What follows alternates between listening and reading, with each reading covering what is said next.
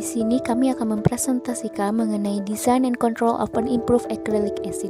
Selanjutnya, deskripsi proses akan dijelaskan oleh rekan saya Felicia Gunawan. Acrylic acid. Apa yang dimaksud dengan acrylic acid? Acrylic acid atau asam akrilat merupakan senyawa organik asam karboksilat tak jenuh yang paling sederhana, di mana asam akrilik ini terdiri dari kelompok vinil yang terhubung langsung ke ujung asam karboksilat itu sendiri. Untuk mekanisme produksi dan reaksi, produk asam akrilik ini banyak digunakan dalam bahan-bahan polimer atau industri tekstil. Untuk mekanisme produksinya sendiri, yaitu ada beberapa proses alternatif untuk memproduksinya.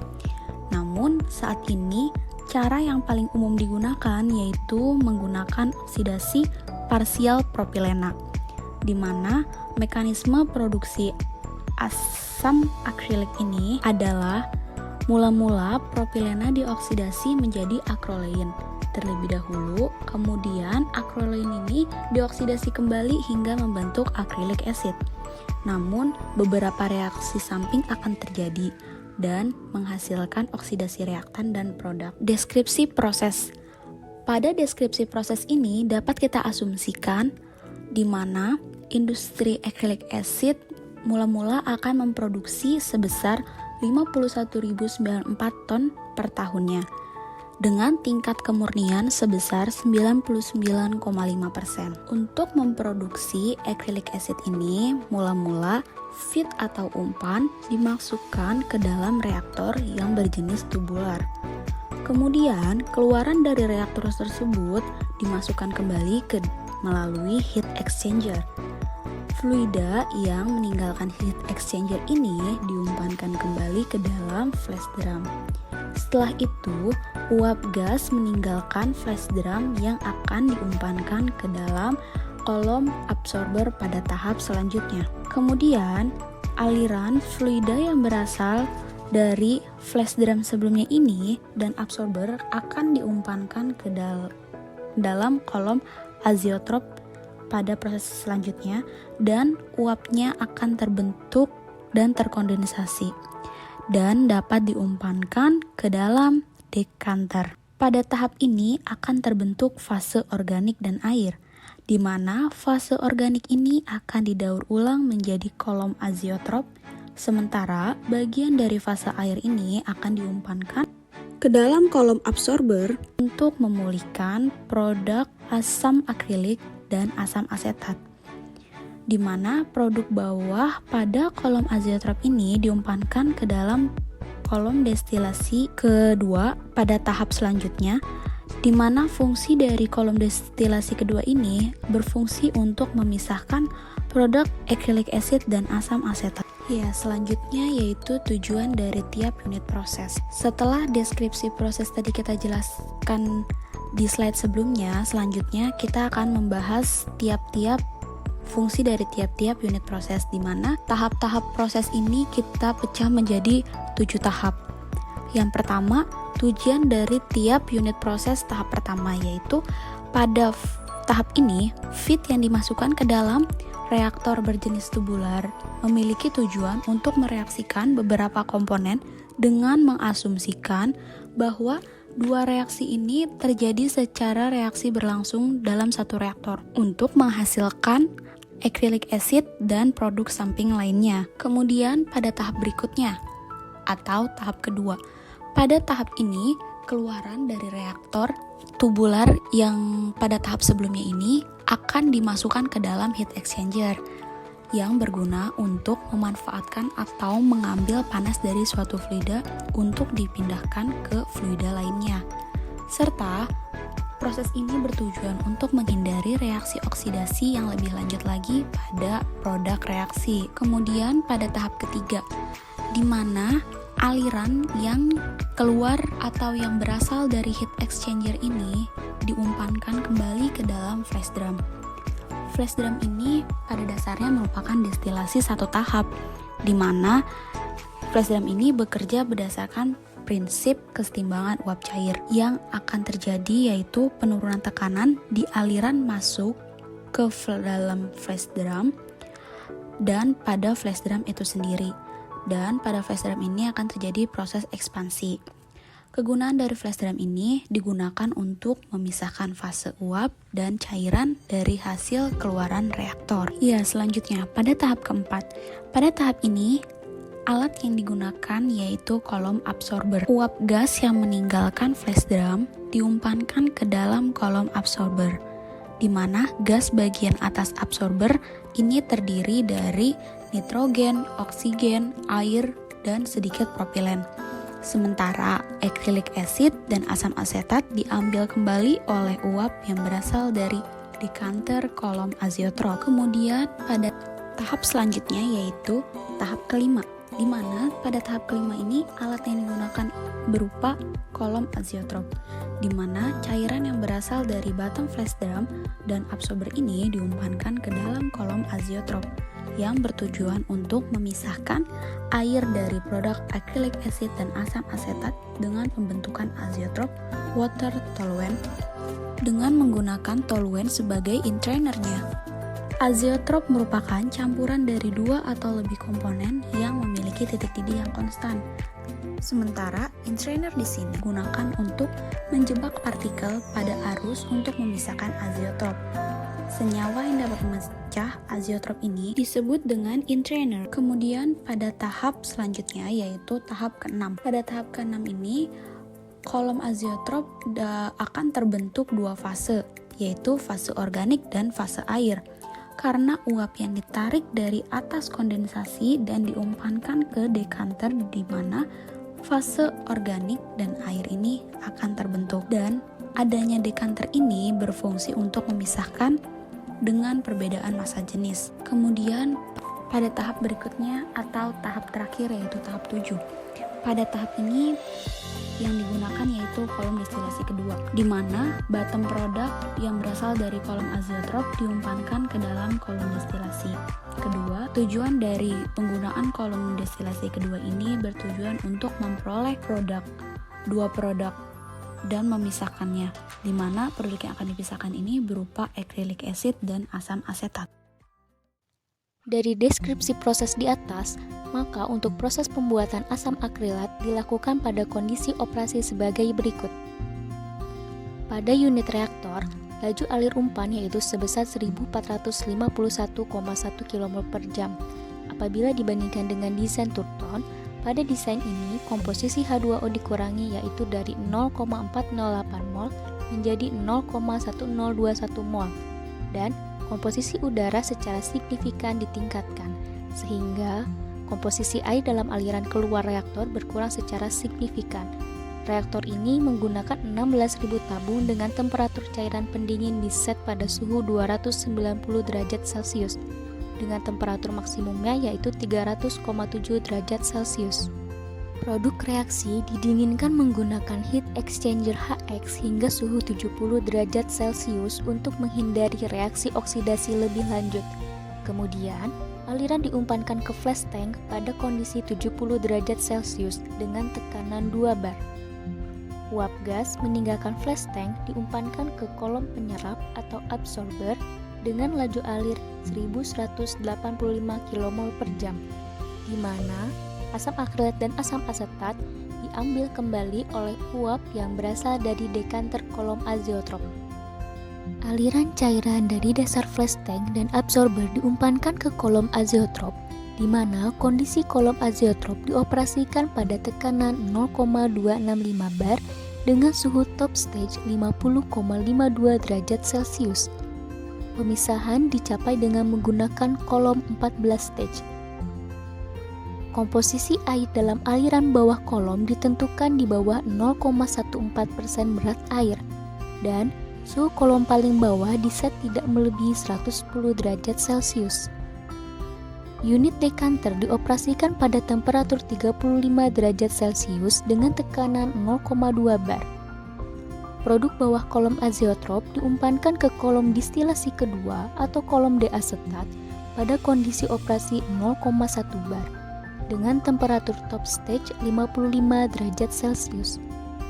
Pemisahan dicapai menggunakan kolom 34 stage dengan rasio reflux 79,6 dan temperatur bawah kolom diset pada temperatur kurang dari 110 derajat Celcius. Sistem pengendalian. Terdapat 7 kontrol objektif sistem pengendalian yang harus diaplikasikan dalam mendesain suatu pabrik kimia. Berikut ini adalah 7 sistem kontrol pada proses pembuatan asam akrilat. Sebelum membahas lebih jauh, kita harus mengetahui terlebih dahulu potensi bahaya apa saja yang mungkin terjadi dari proses ini. Sehingga akan lebih memudahkan kita untuk mengetahui unit pengendalian apa saja yang diperlukan dari proses pembentukan asam akrilat. Setelah membaca literatur dan melakukan analisis data, dapat diasumsikan bahwa terdapat 2 masalah keamanan utama dari proses ini. Yang pertama, pada proses terjadi reaksi oksidasi parsial dari media gas propilena yang memiliki sifat mudah meledak dan terbakar. Sehingga perlu diperhatikan komposisi propilena dan oksigen dalam aliran umpan reaktor. Kedua, proses polimerisasi acrylic acid sangatlah eksotermis dengan suhu tinggi lebih dari 110 derajat Celcius.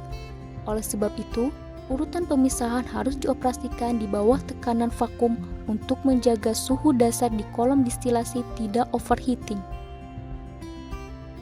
Safety. Aspek utama yang didahulukan dari ketujuh kontrol objektif yaitu aspek keamanan dan keselamatan pekerja atau personel pabrik. Dari 2 masalah keamanan utama, kita analisis terlebih dahulu sistem pengendalian di unit reaktor. Propilena merupakan senyawa hidrokarbon rantai pendek yang memiliki sifat mudah meledak dan terbakar. Selain itu, pada proses ini melibatkan reaksi oksidasi parsial gas propilena dengan kapasitas produksi 51.094 ton per tahun. Bisa dibayangkan, apabila terjadi kecelakaan kerja seperti ledakan, tentunya ledakan yang ditimbulkan sangatlah besar dan mengancam keselamatan para pekerja di pabrik tersebut. Untuk mencegah hal itu terjadi, kita perlu menjaga kondisi operasi di dalam reaktor, seperti tekanan, temperatur, dan laju alir dan komposisi umpan. Sehingga, pada unit reaktor perlu dilengkapi unit pengendalian sebagai berikut. Pertama, pengontrol komposisi FC, di mana umpan campuran propilen, air, dan udara dikendalikan alirannya. Kedua, temperatur kontrol TC1.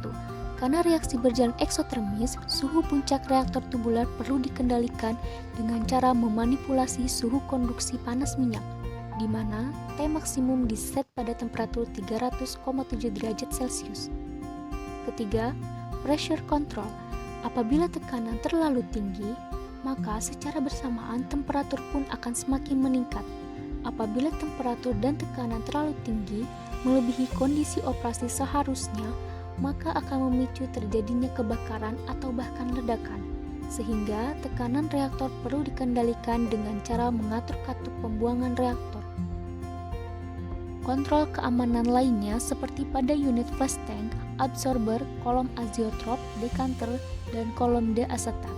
Selain dilengkapi kontrol suhu dan tekanan, juga dilengkapi unit level control LC untuk mengendalikan ketinggian liquid pada masing-masing unit. Ketinggian liquid akan mempengaruhi tekanan di dalam tangki, di mana tekanan akan mempengaruhi temperatur, sehingga untuk menjaga aspek keamanan, ketinggian liquid perlu dikendalikan.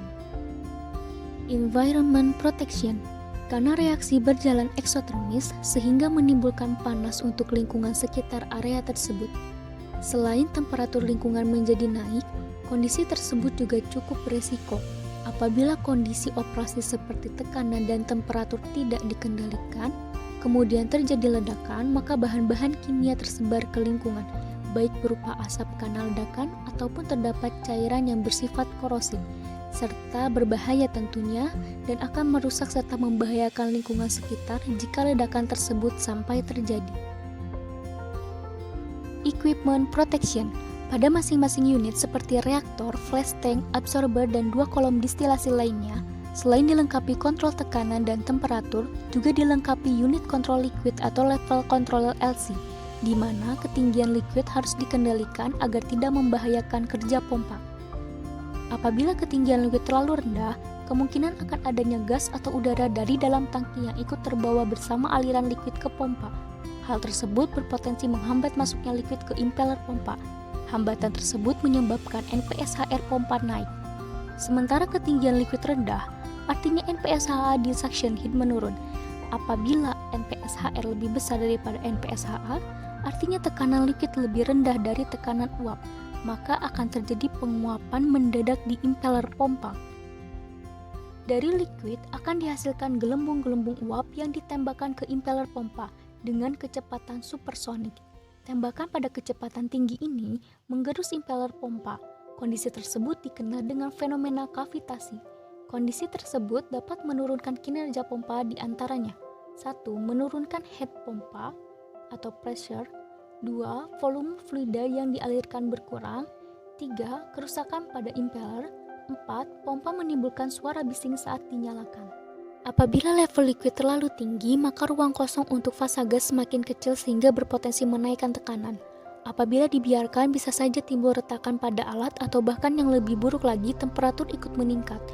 Mengingat proses yang terjadi pada komponen propilen dan oksigen dengan temperatur yang tinggi dapat memicu kebakaran bahkan ledakan. Dan tentu saja apabila hal tersebut terjadi, maka akan merusak alat dan menimbulkan kerugian. Smooth operation. Aspek keempat dari sistem pengendalian memiliki fungsi untuk menjamin proses di pabrik berjalan lancar. Seperti yang telah dijelaskan di atas, setiap unit pada proses ini dilengkapi alat pengendalian seperti kontrol suhu, kontrol tekanan, kontrol liquid, dan kontrol umpan, di mana setiap kontrol memiliki fungsinya masing-masing dan saling berkaitan untuk menjamin proses berlangsung secara lancar. Seperti pada alat level control, untuk mengendalikan ketinggian level liquid tentunya harus diperhatikan berapa laju alir umpan yang masuk dan komposisi zat apa saja yang harus masuk dan dikendalikan. Oleh sebab itu, diperlukan adanya feed controller. Kemudian, diperlukan juga alat berupa pressure control untuk mengatur jumlah gas atau udara di dalam reaktor ataupun di dalam tangki. Sehingga, apabila ketiga alat kontrol tersebut berjalan dengan baik, maka level liquid dan ketersediaan gas di dalam tangki dapat disesuaikan. Apabila tidak sesuai seperti yang telah dijelaskan sebelumnya, jika level liquid terlalu rendah, maka akan mempengaruhi kerja pompa. Seperti terjadi kavitasi sehingga kinerja pompa menurun. Tentu saja hal tersebut mempengaruhi volume liquid yang dialirkan, sehingga dapat mengganggu proses selanjutnya. Sistem pengendalian yang kelima memiliki peran yaitu harus menjaga kualitas produk yang dihasilkan sesuai dengan spesifikasi yang diinginkan. Pada kasus ini, kemurnian asam akrilat yang diinginkan mencapai 99,5%. Pada rancangan kali ini, konsentrasi air masuk reaktor dikurangi sehingga komposisi air keluaran reaktor berkurang secara signifikan. Kemudian, suhu pendingin di reaktor diset pada temperatur 290 derajat Celcius. Dan perlu diperhatikan proses pemisahan asam akrilat dan asam asetat dapat dicapai dengan mempertahankan temperatur bawah kedua kolom distilasi berada di bawah temperatur 110 derajat Celcius. Pada kolom azeotrop, struktur kontrol cascade suhu tray ke-11 mengubah set point suhu dari dasar kolom azeotrop untuk mengontrol konsentrasi air di dasarnya. Karena suhu dasar tidak dibuat konstan, maka diperlukan setel pengontrol suhu dasar. Sinyal keluaran yang dihasilkan oleh pengontrol suhu tray diset pada kisaran temperatur 106-110 derajat Celcius. Pada kolom diasetat, skema kontrol dual end ditetapkan untuk mempertahankan spesifikasi asam akrilat dan asam asetat. Struktur kendali ini menggabungkan keuntungan dari kendali komposisi dan kendali suhu, di mana kontrol suhu cepat tetapi mungkin tidak mencapai spesifikasi kemurnian yang diinginkan. Sementara kontrol komposisi lambat tetapi dapat mendorong kemurnian asam akrilat ke titik setel sesuai spesifikasi. Pengontrol komposisi digunakan untuk menentukan komposisi asam akrilat dan menghasilkan sinyal titik setel untuk pengontrol suhu bawah. Temperatur disetel pada kisaran 106-110 derajat Celcius. Sehingga diharapkan dari sistem pengendalian di atas, kemurnian produk mendekati nilai yang ditetapkan. Maksimum profit berkaitan dengan sistem pengendalian kelima yaitu menjaga kemurnian produk. Ada dua hal yang harus dipenuhi untuk memaksimalkan profit, yaitu pertama, produk yang dihasilkan semaksimal mungkin. Kedua, bahan baku yang digunakan harus seminimal mungkin. Pada desain proses kali ini, sistem pengendalian untuk memaksimalkan produk yang dihasilkan telah dilakukan, yaitu dengan meningkatkan kemurnian produk seperti yang telah dilakukan pada sistem pengendalian sebelumnya. Selain itu, di awal konsentrasi air masuk reaktor yang dikurangi sehingga proses pemisahan jauh lebih sederhana dibandingkan dengan flow sheet Turton, di mana dalam hal ini tidak perlu adanya kolom ekstraksi dan sistem daur ulang kolom ekstraksi. Air dipisahkan dari asam akrilat dan asam asetat dengan hanya menggunakan satu kolom azeotrop menggunakan intrainer toluene. Akibatnya, investasi modal berkurang dan profit dapat dimaksimalkan. Sistem pengendalian yang ketujuh adalah untuk merekam segala data perubahan yang terjadi di pabrik selama durasi waktu tertentu. Gambar di bawah ini menunjukkan respon dari struktur kontrol mencapai 10% gangguan komposisi umpan dengan variasi rasio umpan udara propilena. Gangguan dimulai pada waktu 0,5 jam dan hasilnya kecepatan stabil pada waktu 8 jam. Deviasi transien suhu aliran meninggalkan Hx dikontrol pada 1 derajat Celcius dan bottom temperatur kedua kolom distilasi terkontrol di bawah 110 derajat Celcius dengan menggunakan cascade control. Hingga kemudian asam akrilat dan asam asetat terkontrol sesuai set point. Kesimpulan dari desain yang telah dimodifikasi ini yaitu: pertama, kemudian produk dalam hal ini asam akrilat meningkat. Kedua, proses modifikasi sederhana. Ketiga, lebih ekonomis. Dan keempat, gangguan umpan ditangani dengan efektif.